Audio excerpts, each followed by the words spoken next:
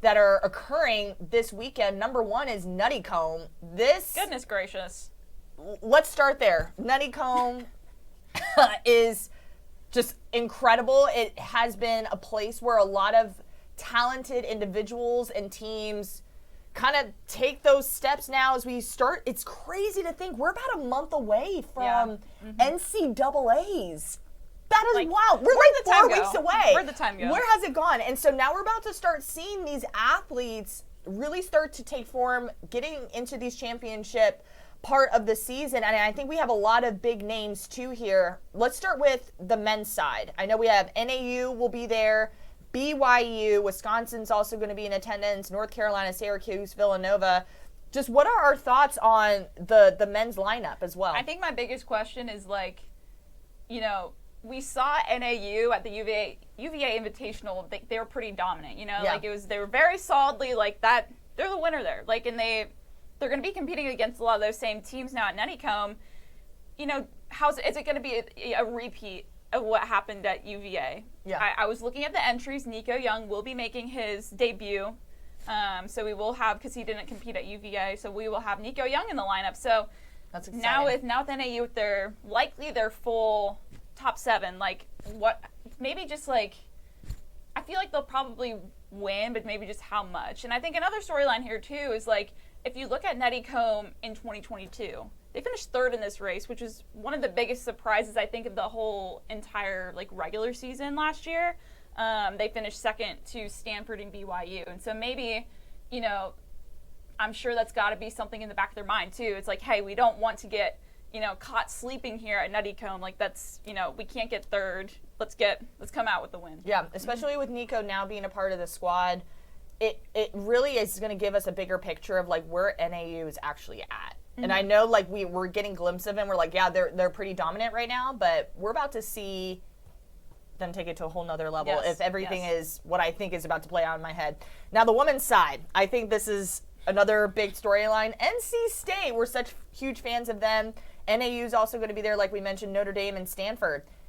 I think the big question is, are we going to see the wonderful... Well, according to the entries online, Katelyn Tuohy is listed on NC State's roster. So. Yes. Yeah. Okay.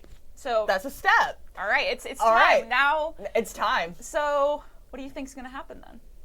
Oh, NC State is going to be dominant. And the thing is, they've looked very strong up until this point. They grabbed the win at the Joe Pian Invitational, and they were led by Kelsey Schimmel, Grace Hartman, and of course we know freshman Leah Stevens. They all placed in the top 10. They have a solid squad right now, and especially with this incoming the freshman class that's there right now, we know a lot of big names that are a part of that I feel as they have the depth is what I'm trying to say. And NC State has the depth. Even at Joe Pian, they were missing some of their usual top 7, and yes. The fact that they still had people step up and they still come away with that win there, I think was pretty big. And so I believe, looking back at the entries, they're going to have basically their full normal top 7 squad there. Yeah. And for the most part, and so I think that's going to be key for them to see how they, how they line up again against some of these really, top competitors. On the topic, I guess, of Katelyn Tuohy as well, she won this race last year. She ran 19:44 for 6K there, and so she's going to look to race very well again and win again. So I'm excited. I feel like a lot of us have been waiting for this moment. Not necessarily, Nuttycombe, yes, but also to see where Katelyn Tuohy's at.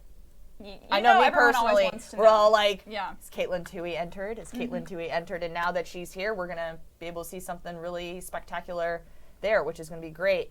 Another big meet is pre-nats, and hence the name of the meet, pre-nationals. So it's going to be in Virginia on that course as well. So they're going to get a glimpse of just kind of how the course feels, get used to that temperature difference. Let's start with do you want to start on the ladies' side? Yeah, let's start with the ladies. BYU. Yes, we'll have BYU there. And, again, looking at some of these big names, you're going to have the Arkansas women. You'll have Oregon there, Cal Poly. So, still a lot of big names. Looking at some of the teams that competed at UVA Invitational, they're going to be going to Nuttycombe for the most part. So you're going to see a little bit of a different field here compared to what we've already seen in Charlottesville this season. So, they're just going out here to try to preview this course and see, you know, what can we do on this course come NCAAs, you know, if we get to that point. You know, especially on the women's side, I'm really curious about a few teams. I'm really curious about Arkansas because I was really impressed with how they ran at Chili Pepper a couple weeks ago. They were led by freshman Peyton Noe. She won in like 16:08 or something for 5K, which was crazy, and they posted nearly a perfect score there. So I'm curious to see how they do now that they're going to be stacked against some of these teams that they'll face, likely, you know, regionals, NCAAs, et cetera, et cetera. I also think another big thing is how will the Oregon women do, because this is their first time they've opened up at the, you know, their home opener, and so now they're going to travel to UVA and see what happens there. Yeah, I think I'm right there with you on Arkansas. Arkansas just has the history of just like creating amazing individuals and getting those team titles as well, and especially with, as you mentioned, Peyton Noe, freshman, just kind of having a great performance there at Chili Pepper. But the Oregon men and the Oregon women have always had my attention. Like, I'm just very curious about how they're going to perform here at pre-nats. Because they both, you know, especially the Oregon men, like they took second as a team at their home meet. Yeah. A lot of their top guys, you know, they were running unattached, so maybe they're redshirting them as well. Like, I mean, who comes to mind is Simeon Birnbaum. Yeah. So I'm going to be curious to see, you know, what this top seven's going to look like, and then, you know, really how they're going to stack up, because at home they lost to Cal Poly in that home opener in September, and they're going to face them here again. Cal Poly is proving, you know, a very strong team on both the men's and women's side. So I'm really curious to see, you know, how maybe like what they learned when they got second in their home opener. Yeah.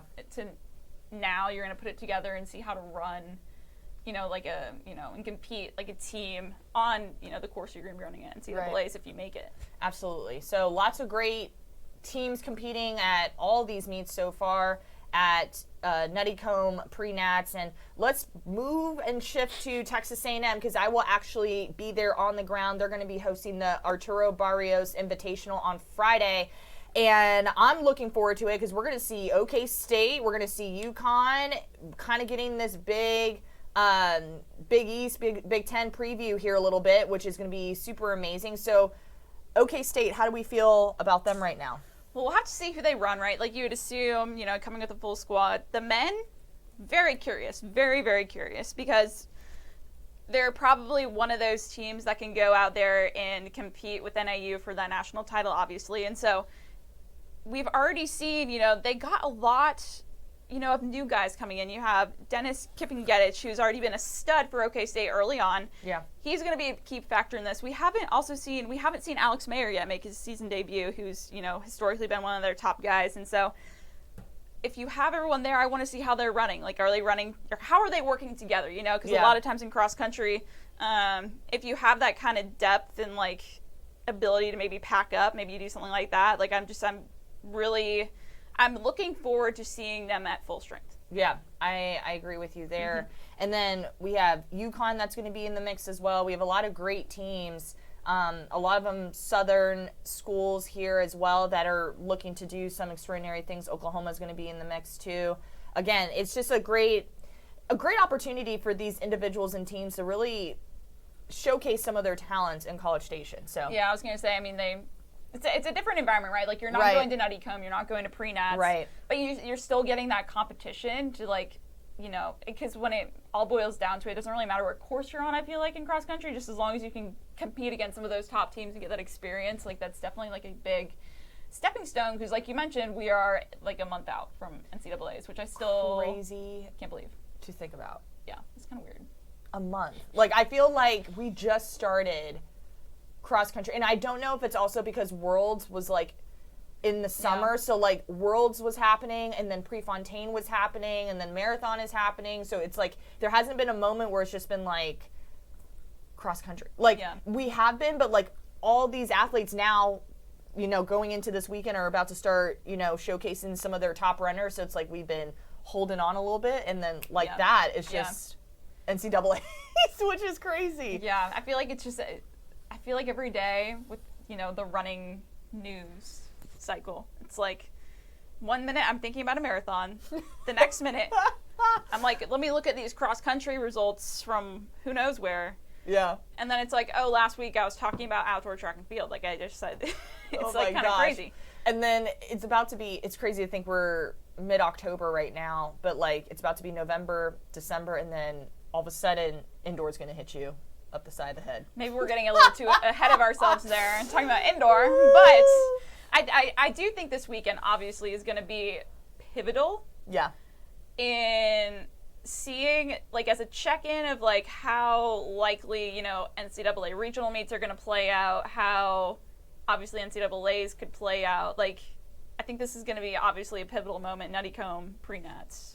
It's going to be crazy. It's going to be a crazy weekend. So make sure you stay tuned to FloTrack. We'll be keeping you guys updated on the content. And of course, I will be on the ground. So stay tuned to the social media to see what's going on at Texas A&M. We're going to be bringing a little squad. Yeah. Which is going to be awesome. Y'all will have fun. We're going to have a blast. And this weekend, you're going to be watching some football. Yes. With your dad. Yes, I will. I'll be watching a football game at Notre Dame. Woo! So we'll see how that goes. Fun weekend. Thank you guys so much. Thank you, listeners, for always staying tuned, checking in. We love having you on here. Thank you, wonderful Pistachios, for the Pistachios. Amanda, thank you for producing. Thank you guys so much for tuning in, and we'll see you again soon.